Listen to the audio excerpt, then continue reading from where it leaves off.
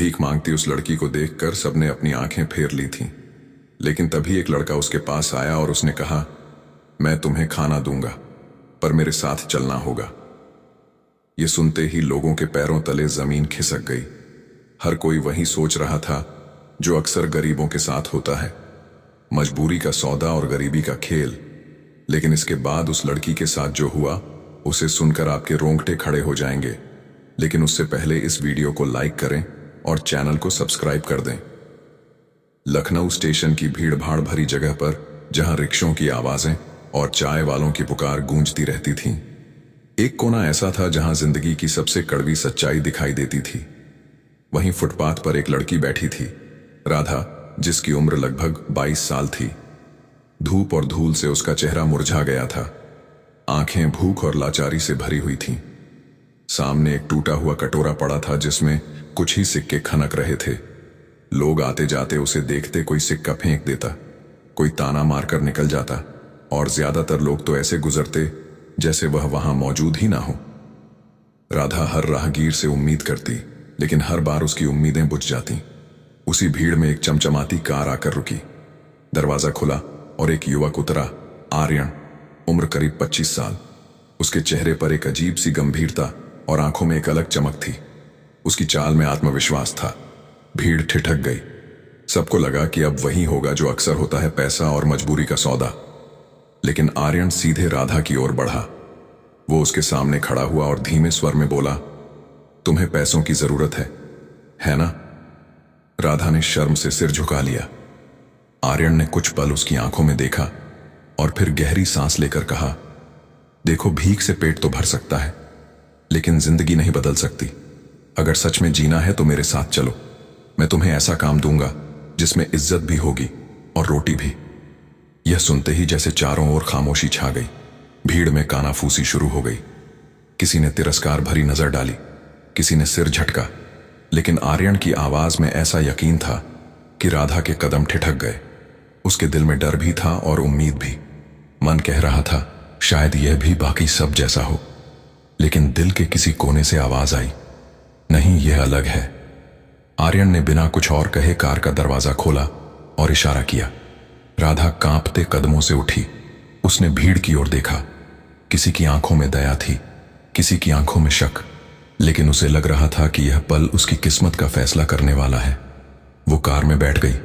भीड़ वहीं खड़ी रह गई, हर कोई सोच में डूबा हुआ। गाड़ी धीरे धीरे लखनऊ स्टेशन से दूर निकलने लगी।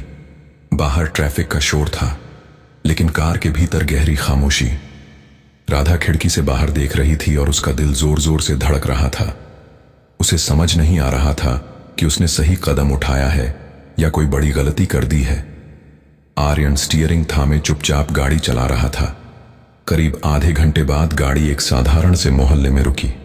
एक छोटे से मकान के बाहर खड़े होकर आर्यन बोला, डरने की जरूरत नहीं राधा, यह मेरा घर और मेरा काम है। आज से तुम्हारी जिंदगी यहीं से बदलेगी। राधा ने हैरानी से उसकी ओर देखा। डर अब भी था, लेकिन साथ ही उम्मीद की एक छोटी सी लौ जल उठी थी। साधारण से मकान का दरवाजा खोलते ही राधा की आंखें चौंधिया गईं। अंदर का नजारा बिल्कुल अलग था। एक तरफ बड़े बड़े स्टील के टिफिन करीने से सजे थे, दूसरी ओर गैस स्टोव पर सब्जियों की खुशबू फैल रही थी। दीवार से टिके बैग और डिलीवरी के लिए तैयार टिफिन बॉक्स किसी मिशन की तैयारी में लगे थे। राधा को लगा कि शायद यह भी कोई छलावा होगा, लेकिन यहां तो मेहनत की असली खुशबू थी। आर्यन ने काम संभालते हुए कहा, यह मेरा छोटा सा टिफिन सर्विस का बिजनेस है।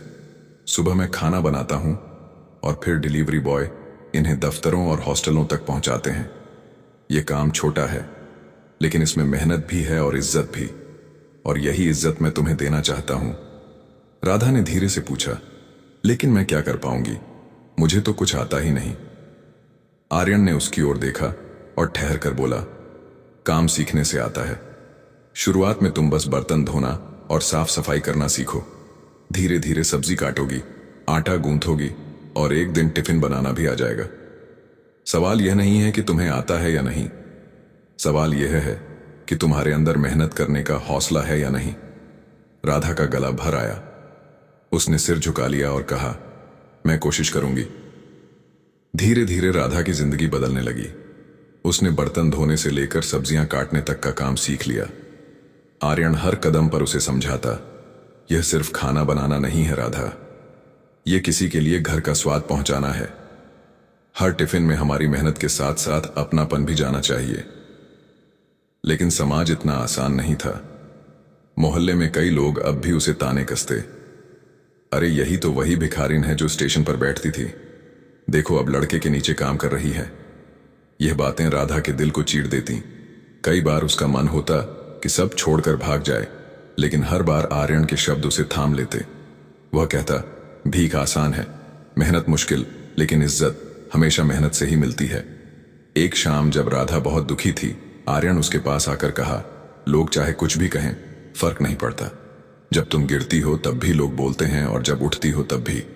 फर्क बस इतना है कि आज तुम गिरकर भीख नहीं मांग रही, बल्कि उठकर मेहनत कर रही हो।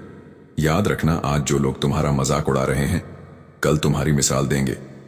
ये शब्द जैसे मरहम बनकर राधा के दिल पर लगे। उस रात उसने तय किया कि अब चाहे कितने भी ताने मिले, वह हार नहीं मानेगी। धीरे धीरे उसकी चाल में आत्मविश्वास आने लगा। सब्जियां अब सलीके से कटने लगीं और आटा अच्छी तरह गूंथने लगा। अब रोटी सिर्फ भूख मिटाने का जरिया नहीं, बल्कि पहचान बनने लगी थी। 6 महीने बीत चुके थे। अब राधा पहले जैसी बिल्कुल नहीं दिखती थी। उसके हाव भाव में आत्मविश्वास झलकने लगा था। टिफिन सर्विस में उसकी भूमिका सिर्फ मददगार की नहीं रही। वो काम बांटती, नए हेल्परों को सिखाती और कस्टमर से बात भी करती। एक दिन एक मशहूर अखबार में उनके बारे में लेख छपा। फुटपाथ से टिफिन साम्राज्य तक, राधा और आर्यन की मिसाल। यह खबर पूरे लखनऊ में फैल गई। लोग अब उन्हें तिरस्कार की नजर से नहीं, बल्कि सम्मान की नजर से देखने लगे। एक शाम काम खत्म होने के बाद राधा चुपचाप आर्यन के पास बैठ गई और बोली, आर्यन जी, अगर आप उस दिन मुझे स्टेशन से ना उठाते तो मैं आज भी वहीं भीख मांग रही होती। आर्यन ने उसकी ओर देखा और दृढ़ स्वर में कहा, राधा, मैंने सिर्फ हाथ बढ़ाया था, असली सफर तो तुमने तय किया है। अगर तुम्हारे अंदर हिम्मत ना होती तो मेरी मदद भी बेकार जाती। राधा की आंखें नम हो गईं। उसने कांपते स्वर में कहा, अब यह कारोबार सिर्फ आपका नहीं, मेरा भी है, और मैं वादा करती हूं इसे इतना बड़ा बनाऊंगी कि कोई भूखा ना सोए। कुछ ही महीनों बाद उन्होंने अपने टिफिन सर्विस को आधिकारिक नाम दिया, नया घर टिफिन सर्विस। शहर के टाउन हॉल में एक खास कार्यक्रम था, जिसमें समाज में मिसाल कायम करने वाले लोगों को सम्मानित किया जा रहा था। घोषक की आवाज गूंजी, कृपया स्वागत कीजिए राधा और आर्यन का। तालियों की गड़गड़ाहट से हॉल गूंज उठा। राधा का दिल तेजी से धड़क रहा था। कभी वह लखनऊ स्टेशन पर भीख मांगती थी और आज उसी शहर में उसे सम्मान मिल रहा था। वो मंच पर खड़ी हुई और माइक के सामने खड़ी होकर कांपती हुई आवाज में बोली, मैंने जिंदगी में भूख भी देखी है और तिरस्कार भी। लोग कहते थे कि मैं कुछ नहीं कर सकती, लेकिन एक दिन आर्यन जी ने मेरा हाथ थामा और मुझे दिखाया कि भीख से पेट भर सकता है, लेकिन इज्जत सिर्फ मेहनत से मिलती है। आज अगर मैं यहां खड़ी हूं तो उनकी इंसानियत और भरोसे की वजह से। हॉल में गहरी खामोशी छा गई। राधा ने आगे कहा, अब हमारा सपना सिर्फ कारोबार चलाना नहीं, हमारा सपना है कि इस शहर में कोई भी भूखा ना सोए। नया घर टिफिन सर्विस अब सिर्फ खाना नहीं पहुंचाती, बल्कि उम्मीद भी पहुंचाती है। तालियों की गड़गड़ाहट से हॉल गूंज उठा। आर्यन भी मंच पर आया और बोला, अगर किसी इंसान को मौका दिया जाए तो वह चमत्कार कर सकता है। हमें सिर्फ हाथ पकड़कर खड़ा करना होता है, बाकी रास्ता वह खुद तय कर लेता है। कार्यक्रम के अंत में जब दोनों मंच से उतरे तो राधा ने आर्यन से फुसफुसाकर कहा, आर्यन जी, आज मुझे लग रहा है कि मैं सचमुच जी रही हूं। अब मेरा नाम सिर्फ भिखारिन नहीं, बल्कि मेहनत करने वाली इंसान है। आर्यन ने हल्की मुस्कान के साथ उसकी ओर देखा और बोला, हां राधा, अब तुम्हारी पहचान मेहनत और इंसानियत है। यही सबसे बड़ी जीत है। कहानी सुनाने का मकसद आपको सिर्फ थोड़ा सा एंटरटेनमेंट करना और सावधान करना और सतर्क करना। कल मिलूंगा एक नई कहानी के साथ। वीडियो कैसी लगी कमेंट करके जरूर बताना दोस्तों। साथ ही साथ वीडियो अच्छी लगी तो वीडियो को लाइक जरूर करिए। मिलते हैं अगली नेक्स्ट वीडियो में। धन्यवाद। जय हिंद, जय भारत।